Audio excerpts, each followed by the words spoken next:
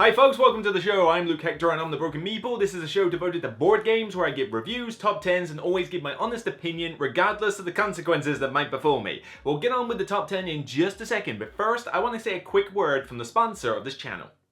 As a fellow gamer, you'll understand this is unacceptable. The solution? Head down to my new sponsor, KIENDA.co.uk. KIENDA stocks many of the hot new releases as well as some old hidden gems. Free delivery on orders over £30, further discounts on bulk purchases, and even 5% of your spending refunded back to you as points to be used for further discounts down the line. If you use the referral link in the description below and sign up for a new account, you'll get 5% discount on your first order over £60. So let's make gaps in your collection a thing of the past. Get down to KIENDA and start saving today. Thank you for listening and enjoy the rest of the video. Get on with it. We're finally back with a top 10. Yes, sorry it's been so long since one of these lists has been done. I've wanted to do so many and I haven't done any collaborations either, but that's going to change, okay? I had to do a lot of reviews for the UK Games Expo, so a lot of that has mostly been done, which means I can now catch up with some top 10s, and I obviously need to put the word out that I want to do some more top 10 live streams. I want to get those back on track. I want to really get that back on track because that was like some of the most fun content I could put out.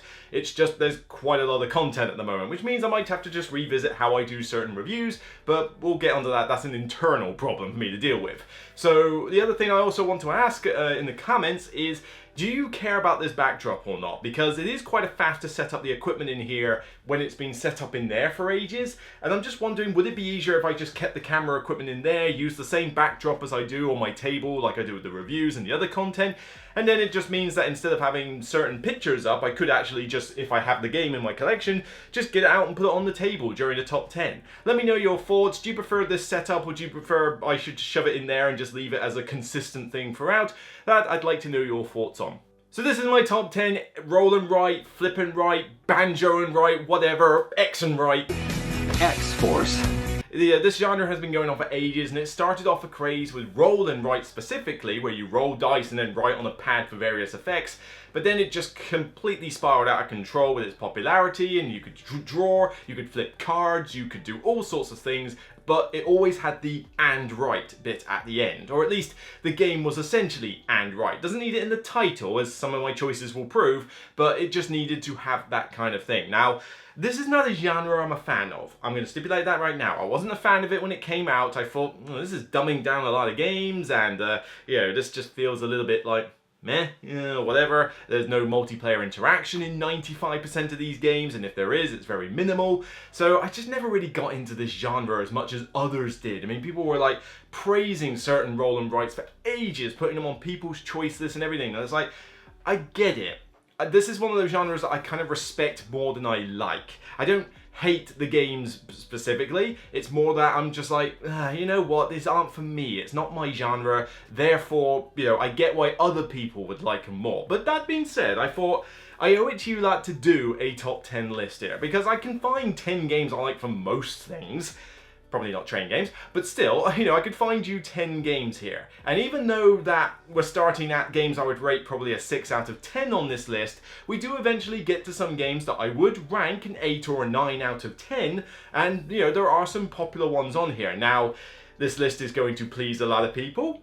It's also going to anger a few people as well. But then, to be honest, it wouldn't be a true Broken Meeple video if it didn't anger a bunch of you, would it? So, yeah, this is just the 10 games in this genre that I've kind of, they've sung to me, they've kind of gone, yeah, you know what, Luke, these aren't bad games. These are pretty decent, and I think the majority of them are in my collection, whether because they are really, really good, or just because they're really small and compact, and they just fill a nice little niche for when I want to teach my parents a game and that, and there's 1 or 2 examples of that. So, without further ado, one of the weirder top 10s I've done in a while, let's get on with it. My number 10 is one I can actually do a show and tell for you, at least. Well, while I'm standing anyway with the box. This is a tiny little, effectively flip and write game. You flip a card and you draw on these little dry erase cards. And that's kind of the main thing about it. You're just trying to fill up islands, cover symbols, and fill up as many as you can before the game ends and score the most points. This is silver and gold. It's very small, very compact, but more to the point, very easy. I taught this to my parents.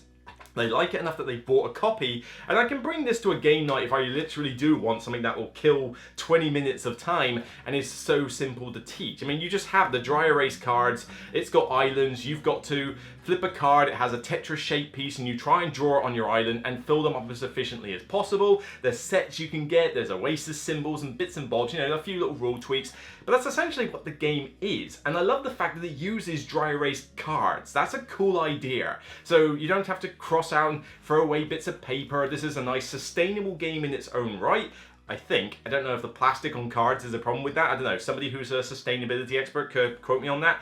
But, you know, this one is just a cool 2 to 4 player simple game, but it's not one that I want to play over and over again. I mean, this is kind of a 6 out of 10 for me, and it's like, it's okay. It doesn't blow the doors off, but because it's such a simple niche filler, it's cool to have in the collection for use of these purposes.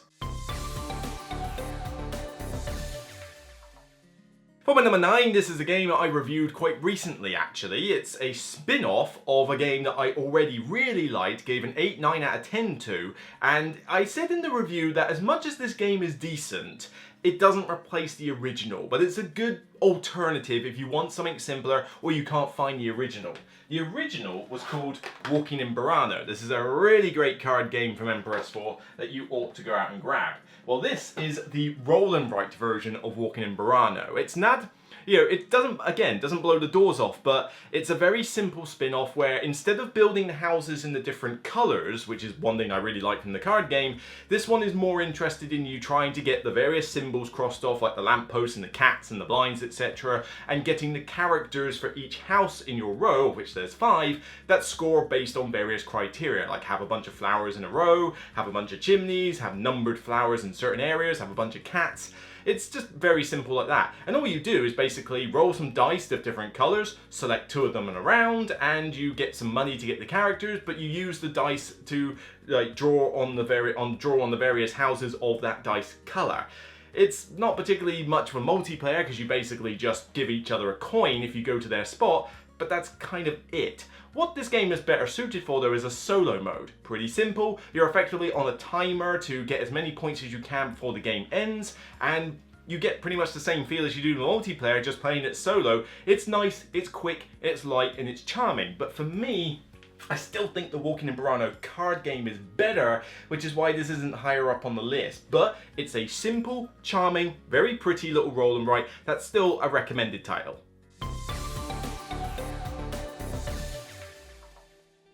My number 8 I don't even own. This is from a friend of mine, and I've played his copy enough times that I can give an opinion on it, but it's just basically one of those like, yeah, I wouldn't own it myself, but I'll gladly play it, even with a bunch of players, because for the most part it's fairly simultaneous, aside from obviously the lowest common denominator, but usually the game doesn't drag on too long, and that is On Tour.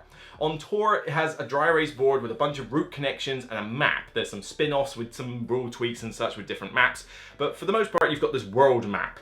And with this one is that you roll a couple of dice and flip some cards, so it's a roll flipping, right? I don't know. But the idea is that the dice represent the number that you're allowed to draw in each city spot. So a 6 and a 0 will be 60 or 6. You've got to choose one of the two. The cards flip dictate what region you're allowed to go in though. And the idea is that you're trying to set up like a route connection that goes for as long as possible around your map in ascending order of number. And so it's not so much one that you can strategize for, because you really have to deal with what gets rolled and what gets flipped. But it's the turn angst. There's no multiplayer interaction in this at all. It's entirely a solitaire puzzle, but it's the turn angst of going, right, roll some good numbers. Ugh, what am I supposed to do with a 49? That's not good. Well, but if I put it there, I'm chancing it, but there's a gap between that and that. But maybe if I can loop round there, I could connect back, but that's a risk. I don't know if I want to. So this is kind of what goes through everybody's head and verbally out of their mouths every time this game is played.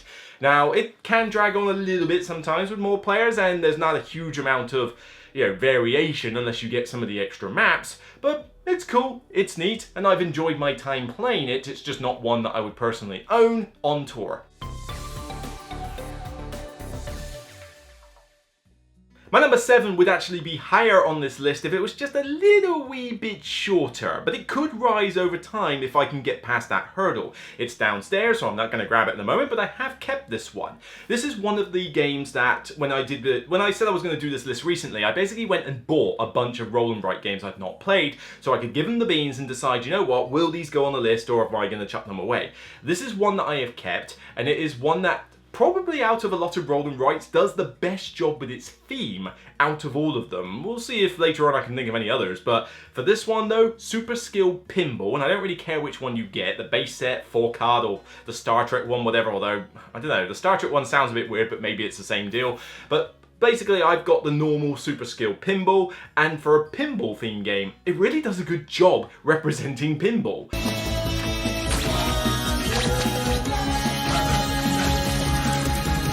You basically play on these different tables and they've all got different effects, and you launch the ball, it goes on the top layer, and then you roll a couple of dice, and depending what you roll on the dice dictates what bit of the pinball machine you can trigger. But then it goes down to the next level because obviously the ball's dropping, and so you roll again, and then eventually it's got to get to a flipper of which you've got to roll the dice for that number of the flipper to launch it back up and trigger things again. And you're trying to basically do what you do on a pinball machine, keep the ball in play for as long as possible and score a ton of points. Now, I wish it wasn't just a beat your own score deal, because that usually gets a little bit boring and repetitive for me. I wish there was kind of like a, not so much an AI, but maybe like a target score you had to reach, and it's like, right, I gotta beat this. But the game is good fun. It really does a good job representing that theme. All the different tables feel quite unique, especially when you get into the harder ones where you got all these little mini games on the side. But then that does lead into the one flaw with this game that does keep it a bit further down, and that is it's quite long for a roll and write. I mean, this one can easily take you over an hour just playing it as a typical roll and write game. It really does take a while to finish the game. Now, there's one on this list that's going to surpass that, but there's reasons why I prefer that one. But this one is still a solid game, very colourful, not too difficult to learn, but it definitely sort of really does grab me because it's one of the few roll and writes that actually gives a crap about its theme and does a good job of doing it.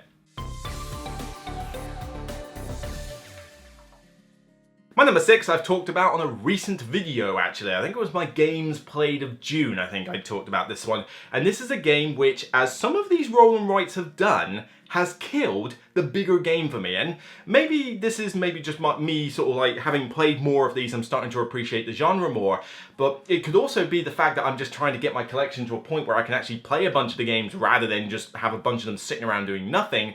And some of these roll and writes are doing a very good job of replicating pretty much all of what the bigger game does, and thus replacing it. This one is 95% the same game as its big one, and that is Isle of Cats Explore and Draw, which is the spin-off from Isle of Cats. Isle of Cats is now on my coal pile being sold downstairs. I don't know, that's gonna anger a few people, but I mean, what can I say? The game is 95% the same. You have cat cards and various treasure cards. You grab them, you draw on your boat, you try to fit them in polyomino style. You keep the families of cats together. You have lesson cards that give you points for various things.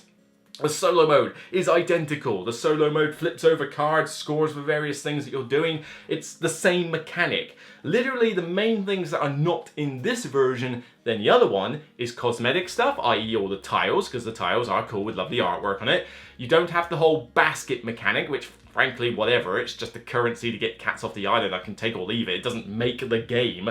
And you don't have the drafting idea with the slight turn angst that someone might take the tile you want. So you do lose those aspects, but frankly, out of all of those, the only thing that's actually worth any sort of bit of, like, you know, worth a chunk is the drafting and the turn angst bit. That's the bit you lose, because here it's basically multiplayer solitaire. You have the columns of cards, you have ways that you can take the cards from them, but you don't take them from the opponents, so therefore everybody gets to use everything. But with that bit, I mean, I can't think of keeping a game that takes up this much of a Calyx shelf just because of that aspect. It's a long setup, takes a while to get to the table, takes longer than it should to play. I have seen friends of mine play a 6-player game of this at a convention before. Oh my word, that looked like hell on toast, and it was, because we played 3 games alongside them before they finished their 1 game. It takes far too long. Explore and Draw though, nice and quick. You've got dry erase pens, different colours, and it pretty much replicates the game in a box that's barely like this big. It's, you know, it's not even like a percentage of the Carson City box there. It's just a better alternative, I feel. So, gone with the big one, in with the little one. Explore and Draw, solid little game, just not quite as, doesn't have quite as many pieces. It sounds dreamy. It is hot in here. Yeah, it is still the summer after all. My number 5 is a flip and write game, and this is from Yellow, although it's reprinting a game that came out from Japan that I never got I never got a hold of, which I really wanted to try, because I kept hearing Mike DeLisio and a few others constantly bang on about this game. It was called Let's Make a Bus Route. Well, I don't have Let's Make a Bus Route. Instead, I have Get On Board, which is Yellow's reprint of it. And yes, I would like to get the New York one, or was it New York? I don't know, the other expanded version of it so I can have more maps. But this is a really cool little game. You essentially flip a card, and you only have 12 rounds in the game. So there's 12 cards that are going to be flipped. And these cards dictate what route you have to basically draw on this bus map in front of you of the city. Everybody has the same score sheet, but the different people that you pick up and drop off at places by drawing over them score in various different ways. And what you're trying to do is, with these shapes and restrictions that you have, you're drawing a route on your map to try and score as many points as you can, connect up to certain landmarks, fulfill like a ticket objective, like a ticket to ride that you get at the start of the game. But what you're also trying to do is not collide with other people, because every time you change what's being flipped or collide with other people's traffic lines, you cause traffic and it takes negative points off you. And you can never hit yourself. You can never loop back on yourself, because otherwise you're out of the game. So you constantly have to make sacrifices as to where you're going to go on the route, or you have to decide, oh, but I don't need that shape. Well, I could bend it slightly and go that way, but then I lose a couple of points. But then if I don't, I'm going to go straight up there, which is going to cause me problems. And it's a bit like that on tour aspect. That whole turn angst of, right, give me something good. How do I work with this? I could go that way, could go this way. It's light, it's fluffy, easy to teach, barely any rules apart from how the things score, and it's not that long of a game either. I wish that I could play this solo, but I don't think it has a solo mode. I think you have to play it 2 to 4 players, but still, it's a good fun little game, and I would like to get the second box for it so that I can have all the different maps together, because there's a bit of a lie on the box. The different maps are not variation, they are simply different player counts. You know, you can't play, say, London with all the player counts. London is specifically for this many players. That's a little bit misleading from the game box, but as long as you know that going in, it's fine. Still a really solid game though, and one that sits gladly in the collection in the other room along with my other Yellow games. My number 4 is of the exact same category, in the exact same circumstances, and the exact same effect, cause and effect, that Isle of Cats Explore and Draw was, except this one is about dinosaurs. This is for Dinosaur Island Roar and Write, and yes, one thing about this genre is that these games not only have really annoying covers, but they also have really obnoxious titles. I do hate these titles with these stupid play on words. But this one is still a solid game. More meaty than a lot of these roll and writes, although not the meatiest, we'll get to that. But this one is certainly meatier than the Isle of Cats version. But after playing this game, I decided that Dinosaur Island had to go on the coal pile. 2 massive boxes of games, deluxe, totally liquid and everything, metal coins, the lot, and it just never comes off the shelf because it's a big teach. I don't like that hooligan bag mechanic. I still think that's dumb. As much as I love the game, it's still a dumb mechanic. Clever girl. There was just aspects of it that I'm like, oh, this is a bit of a table hog and all that.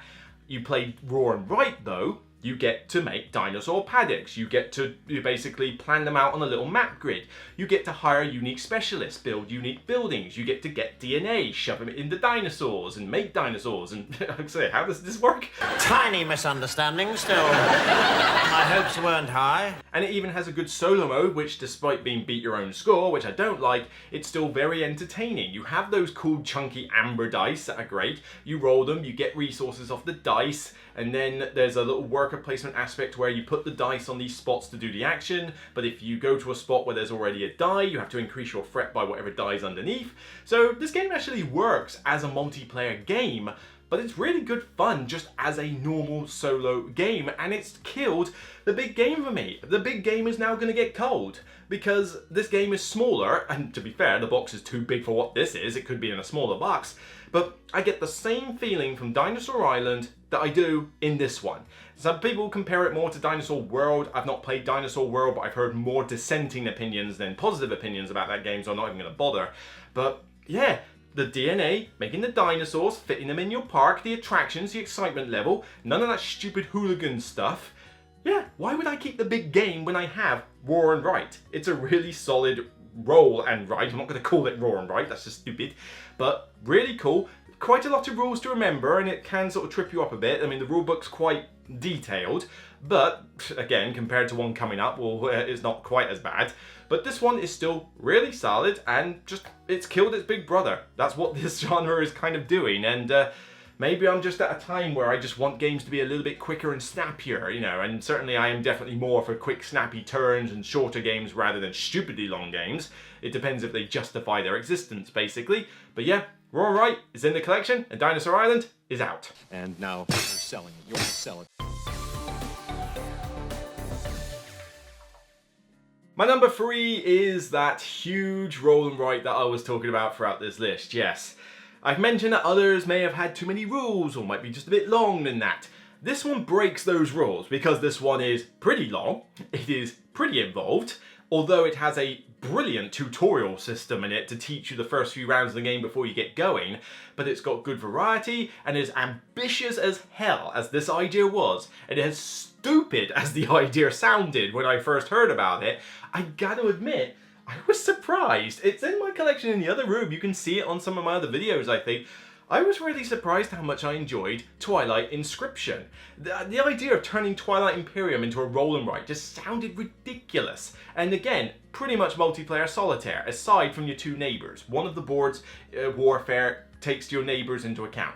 But that's it. I mean, going above 3 players is ultimately pointless, but you can play this solo against effectively a sort of AI system, and it works brilliantly as a solo game.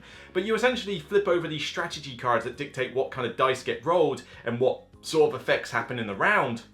But you have 4 boards. Holy moly, you have 4 boards, and each one has a different way of working. It looks beautiful with all the spacey neon starlight art all over it. It just really looks great when it's on the table, but I love the fact that you have to basically choose which board you're focusing on for the turn. You can spend bonuses from any board, but whichever board you pick is what you focus on for the rounds. You don't have to spend every round looking at all 4 boards going, how on earth am I supposed to decide what to do this turn? No, you go, right, I need to go fly off across space for a bit. You know what? This round I'm going to choose the exploration board, and that's all I do. Done. Next round, right, I could really do with getting some war ships up and running. Okay, fine, I choose the warfare board, and I do for that. It's a really cool idea. You've got player powers, and as I mentioned, the rulebook has a fantastic tutorial system to get you into the game for your first game, and even as a teaching tool. I mean, if you want to teach it to a bunch of players just to show them how it works, run through the tutorial mode and go through those first 4 or 5 rounds, I think it is, where it sort of pigeonholes you through the game. It works a treat. But yeah, for an idea that really should not have worked, I would much rather play that game than Twilight Imperium any day. I'm sorry. Kill him now. Friends of mine played it at the last Portsmouth convention that we had, like a little mini one, the Twilight Imperium. It took them 9 hours. Yes, it included breaks, but it included 9 hours of them playing a 6-player Twilight Imperium 4 game that they had to rush the last 2 rounds. Yes, I know that veteran players can play it in no time at all. Well, I say no time at all, still 4 or 5 hours, come on. But it's just, I have no interest in playing Twilight Imperium again for that kind of length.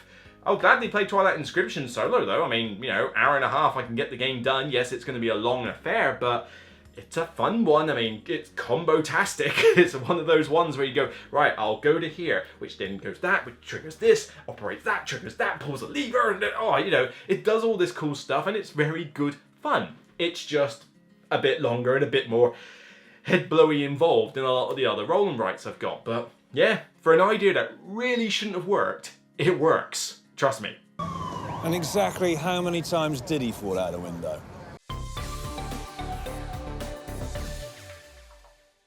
Right, my number 2 is a tiny little game which I lost. I lost my copy of this. I don't know what happened. I must have taken it to a game night and it's got absorbed somewhere, or it's got lost, or someone's nicked it. I don't know, but as soon as I see a reprint of this, I'm buying it for my collection because it needs to go on my shelf. I really hate the fact I've lost this. This is called Harvest Dice, and a lot of you probably have not heard of this one. It came from Grey Fox Games, sells for like a tenner if that. It's a cheap game, but this has been one of my favourite roll and write games for ages. Like, if I did this list anywhere like a year ago, ago, maybe even half a year ago, this would be my number one. But the way this is, why do I like this game so much? Well, I mean, what's the premise? You're building vegetable patches and you basically roll dice, they're different colors, you draft the dice each and leave one at the end, and with this die you draw a vegetable on your patch, but there's restrictions in the sense that your patches of different veg must be grouped, so you got to have like a patch of carrots, a patch of cabbage, that kind of thing, you can't space them out. And if you can't draw a vegetable, you can feed the pips to your pig Pip, which is just cute, and as you feed the pig, you get more bonuses and stuff like that. Now, why exactly do I like this game so much? Well, firstly, I love the mechanic where you draft items, like draft dice, and the one that's left over has an effect on the game. So in this case, you take the die and it draws you a veg, but the die that's left over at the end increases the value of each veg by whatever points value. So you might have a bunch of tomatoes on your patch, but if nobody's left the tomato die throughout the whole game, they're worth not a lot. But then you're left with the choice, especially if you're the last player, to go, well, I could take the cabbage and draw a cabbage, but then I kind of want carrots to go up in value. So, you know, maybe I should leave the orange die, take the cabbage, and then I'm good. But then maybe, you know, you could be left in a situation where it's like, well, yeah, I'm collecting a bunch of cabbage, but I need the cabbage to be worth something at the end of the game. So maybe I'll take a carrot instead, and I'll simply just, you know, let the cabbage go up in value. I love that mechanic in games. It's like Pioneer Days and a few other games do this thing, and it's one that I think should be in other games. But the other reason I love this is because it's the one game, like, well, it's one of the very few games in this genre that I care about the other players. It's not multiplayer solitaire. Yes, you have your own patch. Yes, I can't directly influence your patch, but when you're drafting the die, you're only drafting like anywhere between something like 3 to 5 dice or something. It's not a lot of dice that you're drafting, depending on the player count. And the idea with this is that you can easily see what's on other people's patches. There's not a lot of information to absorb, so I can tell how your patch looks. So when you're drafting the dice, there is legit reason to block in this game. There is legit reason to look at your neighbor and go, well, you would really like a tomato, but hang on, you can't draw a cabbage with that number there because you've already filled up that column. So you'd be forced to do that. So can I take this one and make use of the die? Yes, I can. So you know what? I'm going to. And somebody might have a bunch of carrots and then you go, well, you know, I could let the carrots go up in value, but you know what? I won't. I'll take that. Your carrots are still cheap. Because I actually care about what the other players are doing and can easily tell what they're doing, this elevates this game so much from being just your typical multiplayer solitaire puzzle. It's also super quick, you're talking 25 minutes or so to play a game, really easy to teach, nice and cute. I need a copy of this stat. No, it's too perilous. Now my number one, if you were to go by the title alone, it would be a cheat. But that's because the publisher doesn't know how to name their own game. This name doesn't make any sense. This is a roll and write game. You roll dice and you write on the pads. That is a roll and write. And there's only 2 dice in the entire game, so why is it called the dice game? That doesn't make any sense. This is long shot the dice game. My number one easily. Yes, if this was over half a year ago, it would be Harvest Dice, but with long shot, it just skyrockets to the top. But this is not the dice game. There's only 2 dice. You roll the dice and you draw on your pad and the race goes on. That is a roll and write. I don't get why that was such a hard thing to deal with, but I digress. This game, solid fun, and it's multiplayer. It's not multiplayer solitaire. You know, you are all involved. It's basically betting on horses. So you've got 8 horses that are going around a track for 1 lap. You can buy the horse, you can bet on the horse, you can, you know, cross out little concession circles in order to make patterns or whatever, like complete rows and columns and get bonuses. That's very abstracted, but the idea is that this is a horse betting game. So you roll the dice and it dictates which horse will move, and depending on what you cross off on these various horses, like, you know, numbers wise, horses will move at different rates depending on what's rolled. But as the horses are going round, you are betting on those horses. You're thinking, well, 8's doing pretty well, and it's pretty high odds. You know what? I'll use the 8 this round, and I'll put a little bet on there. You have a limited amount of money, but the concession stands could get you a little bit more money. You can buy the horse itself, which means you'll get money if it wins at the end of the race. But of course, when you own the horse, people are likely to make the horse sort of retreat backwards or slow down a bit. They're likely to scupper it if you're not careful. But of course, you are looking at what everybody's bet on their horses and thinking, well, you really want that horse to come in. Maybe if I do a few bets on that horse, we could work together and get that horse to go through. There's just little interactions like that. But there's good banter. It's pure mayhem with like people cheering at the horses, going around saying, come on, 7, you can do this. It is proper horse betting, as it should be. And this is in a roll and write game. You roll the dice, and it's very quick turns as well, because the active player rolls the die and decides what they're doing first and moves the horses, but then everybody else follows that player by doing whatever action they can with the same dice that were rolled, and then it just moves the dice round. So the turns are quick, the game is quick. I've had games that are finished in no time at all because the horses have just shot round. I've had games that are like tight with 6 horses at the very end by the finish line, like, oh, this could go anywhere, this is going to be insane. It's just a really solid game. It completely kills its previous long shot big board game, and it's just such a good kind of end of night group, not necessarily filler, because it does vary as to how long this one game will take, but if you want something light at the end of a night, like 45 minutes to kill, this is just such a solid game to pick. And it does anywhere, I think it does up to 8 players, although I'd be hesitant about going that high. But for, say, 4 to 6 players, this game does really well at what it sets out to do, to be a frantic horse betting game with the roll and write element. It's in the collection. It was pretty much instant after I played it. This is easily my favorite of the genre. And there you go. Right, how angry are some of you right now? Those are my 10 favorite roll and write, X and write, flip and write games, whatever they are. And there were some honorable mentions, but I need to go through these and justify why they're not on the list, because for some of you, you're probably calling sacrilege that they're not. We'll get to the big elephant in the room later. But for now, quickly, Ganz schön clever. It's fine. I mean, it's basically a numbers game, and you roll dice. You don't really care about the other players. You're just using those numbers to cross off various bits on your board. I mean, it's got some likeness to some of the other ones, maybe even like Twilight Inscription to an extent, but something like Inscription, I think, just is more interesting the way it works. I mean, Ganz schön clever is not a bad game, but it's just kind of meh. Nothing particularly changes. There's only so many ways you can approach it, and I'm just like, yeah, it's fine. I just don't think it's amazing. Imperial Settlers Roll and Write. I like this one at first, more than I do now. It's kind of gone down a couple of marks. It's fine. You essentially are, you have these unique buildings based on the scenario. You roll dice and you cross off various bits to try and get the resources and then build buildings and such. The only problem is that I mainly want to play this solo, and when you play it solo, some of the dice are more useful than others. So you find that you're kind of repeating the same method of playing the game, and it just got very samey very quickly. So I no longer own this one. So this would definitely not be a top 10 material, but it's still an honorable mention. Another one that I'll mention, even though I'm not a massive fan of the game, would be the Welcome To series. Some people class this as like one of their people's choice ones. I've seen like HandyCon meetups where they've gone, we're going to have 60 people play the Welcome To game. What does it matter? It's a solo game. So who cares if 60 people are playing it? It makes no difference. But this is your everyday average roll and write. Roll dice and cross off bits, fill up a street or whatever. I forget how it plays, it's been so long, but this game just didn't really leave much of an impact. Everybody sort of was lauding and praising it, but I just found it very meh. It was one of the first ones I think I played in the genre alongside Ganz schön clever, and it was one of those ones that just sort of set me on going, this is it?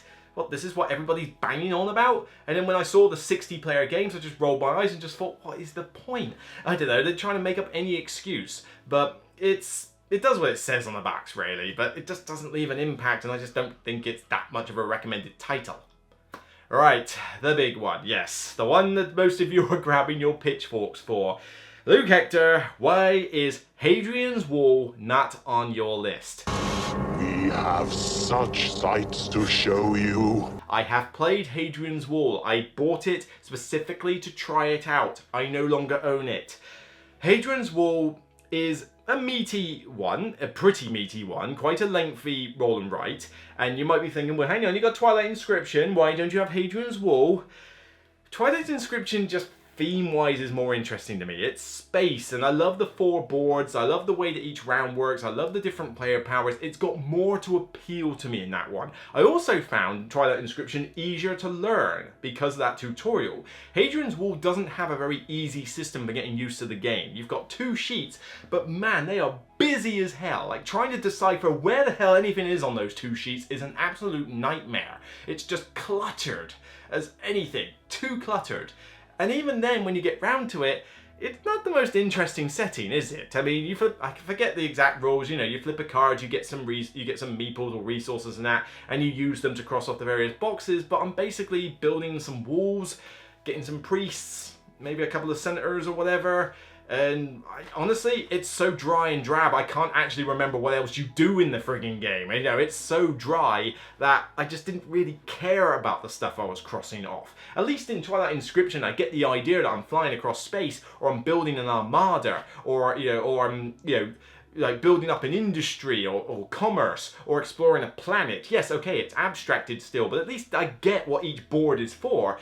But Hadrian's Wall, it's still just shoved together on one giant pot, making it a mess. And let's say the game is fine. I still gave it a 6 out of 10, I think. It would probably be a 5 out of 10 now. It's an average game for me. But everybody's lording over this. It's like, this is a fantastic game, the best thing from Garfield Games, and it's amazing and you should all play it. There are a lot better games from Garfield Games, I'm afraid, people. The ones that aren't the roll and writes, but I get why people like this game loads, okay? You want a meaty roll and write that's got lots of things happening and you don't care that the setting is dry and drab and boring as all get out, then, I can see why you would love this game. But it's not for everybody. I would say try before you buy. It's very expensive for what it is. It's quite a pricey game. I just found it too cluttered, too dry, and after I played it a few times I was like, that was fine, it was nice, but I just don't really feel like I want to bring it out very often. I wanted something a bit quicker and snappier, with the exception of Inscription, and this one just didn't fit the bill. So there you go, my top 10 X and right games. X-Force. Whether you're going to stab me with pitchforks or not, I don't know, because this genre is a dear child to a lot of people, and there are other roll and writes I've played, they just haven't left much of an impact. There's a ton I've not played, because this genre is littered with examples of roll and write, flip and writes and all that lot, but the problem is when they get advertised, a lot of the times I just roll my eyes. It's like, oh look, another one. Particularly when it's a spin-off of a game. Now, to be fair, Explore and Draw and Roar and Write surprised me in how much I enjoyed those despite being spin-offs, but it almost feels like a cop-out by publishers these days. Like, we need a way to milk this franchise. Well, what do we do then? I mean, we can't come up with a brand new idea. That would require thought and innovation. Nah, let's just take what we've already got and turn it into a roll and write. There you go, easy, done. Let's put it on a Kickstarter for 20 quid and an add-on. It just feels like a low effort way of doing the genre and like trying to so hard and desperately to keep your previous IP alive. It's most of the time I just think, oh look, another one. And especially when they're just these dry abstract ones. And I feel like this is a genre that is being done to death now, with the exception of stuff like, I suppose, Inscription. There's only so many ways that you can innovate on the genre now, so I think it's time to put it to bed, let it settle now, let's not bring out a ton more, and focus on other genres and other new ideas. But I can see why this is a popular genre. There are some choice ones. As I say, I own, I think half of the games on my list I own. So, I own Roar and Write, Explore and Draw, Twilight Inscription, Long Shot the Dice Game, pretty sure there was another one on there, Silver and Gold, and certainly I will get Harvest Dice when it comes out. Yeah, so we're talking more than half of this list I will actually own, but outside of this list there just really isn't a lot from the genre that appeals to me. So that's it for me on this episode of The Broken Meeple. If you like what you see, then please thumb it up here on YouTube and get your comments down below. I'm sure you've got plenty to say. What are your favourite roll and writes, X and writes, flip and writes, whatever? Do you think this genre is done to death? Do you think there's still more life in it? Which ones do you like on this list? Which ones you don't like? Which ones should be on the list? Yes, I know a bunch of you are going to say Hadrian's Wall. I get it, but, I get the point. But whatever, get it in the comments. It's fun to read anyway.